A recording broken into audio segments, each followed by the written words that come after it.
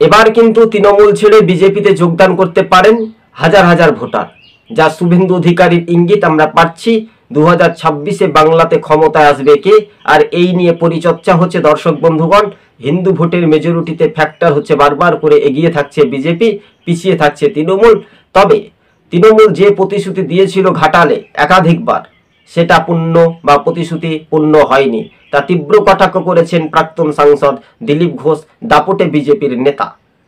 কিন্তু এবার শুভেন্দু অধিকারী তিনি দিল্লিতে গিয়েছিলেন, বেশ আধ ঘন্টা পর্যন্ত কেন্দ্রীয় নেতৃত্ব এবং সাংসদদের সাথে কথোপকথন বলে পরিষ্কারভাবে ফেসবুকে পোস্ট করে তিনি রাজ্য রাজনীতি একটা আলোচিত বিষয় নেমে এসেছে। তবে এবার তৃণমূল ছাড়ার হিড়িক দেখা যেতে পারে বাংলাতে 26-এর আগেই, প্রত্যাবর্তন না পরিবর্তন, এই নিয়ে আপনাদের সঙ্গে টিভি সকাল ইউটিউব চ্যানেল আমরা প্রতিবেদনটি তুলে ধরেছি।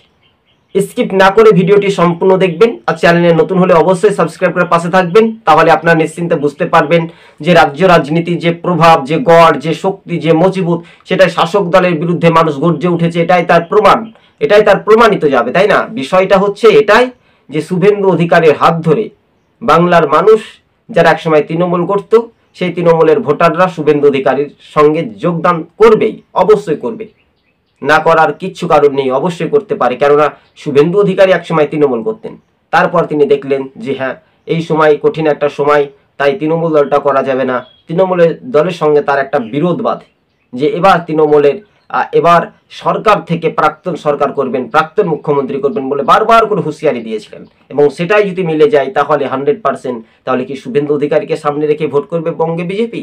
এটাই মনে করছেন রাজনৈতিক মহল। দর্শক বন্ধুগণ, আজ এই পর্যন্ত আমাদের প্রতিবেদন। সকলে ভালো থাকবেন, সুস্থ থাকবেন, ধন্যবাদ।